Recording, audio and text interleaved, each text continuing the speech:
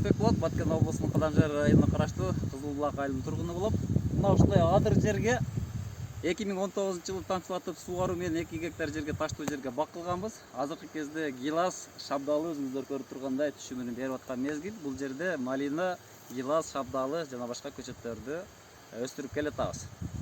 Бул жерде тамчылатып сугаруу системасы коюлган, жердин астынан кетет. Эң жөнөкөй система. Бир тамчы суу дагы текке кетпейт. Бул жерде насостон чыккан суу келип трасса аркылуу линияга түшөт. Азыр линиядан чыгып аткан мезгили. Көпчүлүк адамдар ойлойт, тамчылатып сугаруу үчүн сөзсүз түрдө суу кампа керек деп ойлойт. Биздин бул жерде суу кампа жок. Себеби бизге анча зарылчылыгы жок. Анткени биздин ылдый айылда дайыма каналда суу болот. Бизге ошол каналдан алабыз. Бул жер кимге керек? Бул жерде ал адамдарга суу жок болуп калган моментте суу коюш үчүн запас катары гана керек болушу мүмкүн. Ошол запасты биз жердин өзүнөн колдонобуз. Ошол каналда суу жок болуп калса бир жума, жердин өзүндөгү запас суу жерден берип турат жогоруга. Потокко подача суу келатат. Бул подача аркылуу азыр системага суу барат атабыз тамчылатып. Бул жер 4 системага бөлүнгөн. Система аркылуу тамчылатып суугарууга кетет. Бул жерде бактыка суу бөлүштүрүлөт. Ушул жерде раздача болуп турган бир тамчы суу адрестой ар бир көчөткө жетип турат ошол жерде. Ушул жерден бөлүнөт. Толук ар бир көчөткө бөлүнүп турат. 4 система бар, системага бөлүнөт. Бул жер убагында эчки тойбогон какыраган таштак талаа болгон. Азыр мына мынтип сонун гилас бакка айланып калды. Буюрса түшүмүн алып атабыз.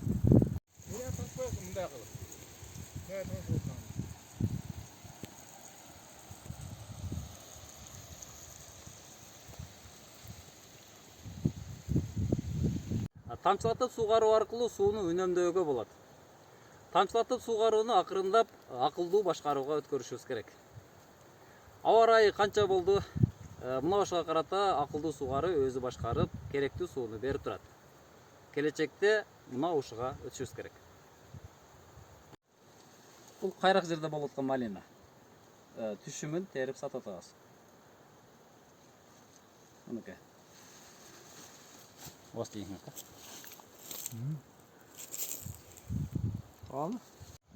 Кыргызстан 94%-га тоолуу өлкө. Адыр жерлердин баардыгын тамчылатып суу чыгаруу менен тамчылатып суугаруу кылыш керек. Бул биринчиден убакытты экономдойт, сууну экономдойт, экономикалык жактан дагы пайдасы чоң.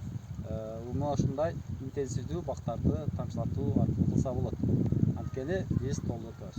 Эгерде ушундай кызмат керек боло турган болсо, же болбосо ушундай нерсе жасаш керек болсо, кайрылса колдон келишинче кызматташканга даярбыз.